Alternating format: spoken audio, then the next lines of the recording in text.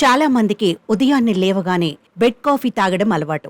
నిద్ర లేవగానే బ్రష్ కూడా చేయకుండా కాఫీ తాగుతూ ఉంటారు. మరికొంతమంది బ్రష్ చేయకుండా ఆహారాన్ని తీసుకుంటారు. సరిగ్గా బ్రష్ చేయకపోతే నోటి దుర్వాసనతో పాటు పలు రకాలైన దంత సమస్యలు వస్తాయని వైద్యులు తరచూ హెచ్చరిస్తూ ఉంటారు. తాజాగా అమెరికాకు చెందిన వైద్యులు చేసిన పరిశోధనల్లో మరో భయంకరమైన విషయం బయటపడింది. ఉదయాన్నే సరిగ్గా బ్రష్ చేయకపోతే పెద్దపేగు క్యాన్సర్ వస్తుందని హెచ్చరించారు. ఫ్రెడ్ హట్చిన్సన్ క్యాన్సర్ కేంద్రానికి చెందిన పరిశోధకులు దాదాపు 200 మంది పెద్దపేగు క్యాన్సర్ వ్యాధిగ్రస్తులపై పరిశోధనలు చేశారు.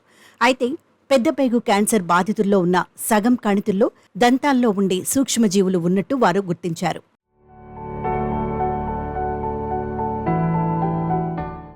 నోటిలో దాదాపు 700 రకాల సూక్ష్మజీవులు ఉంటాయి. పేగుల్లో ఉన్నట్టుగానే నోటిలో కూడా వివిధ రకాల బ్యాక్టీరియా, వైరస్లు ఉంటాయి. అయితే సరిగ్గా బ్రష్ చేసుకోకపోవడం కారణంగా ఇవి నోటి నుంచి కడుపులోని కింది పేగుల వరకు ప్రయాణం చేయగలవని, పేగు లోపలి పొరలో క్యాన్సర్కు కారకమవుతాయని తెలిపారు.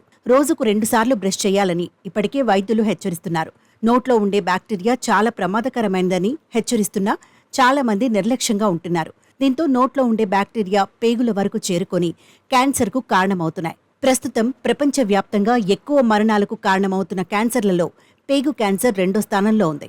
2023లో ప్రపంచవ్యాప్తంగా దాదాపు 19 లక్షల మంది ఈ పేగు క్యాన్సర్ బారిన పడగా 9,30,000 మంది మృతి చెందారు. అయితే 50 ఏళ్లు పైబడిన వారు ఈ క్యాన్సర్ బారిన పడుతున్నట్టు పరిశోధకులు గుర్తించారు. అయితే గత 10 ఏళ్లుగా 20 నుండి 49 ఏళ్ల వయసు వారు కూడా ఈ పెద్ద పేగు క్యాన్సర్ బారిన పడుతున్నట్టు పరిశోధకులు తెలిపారు.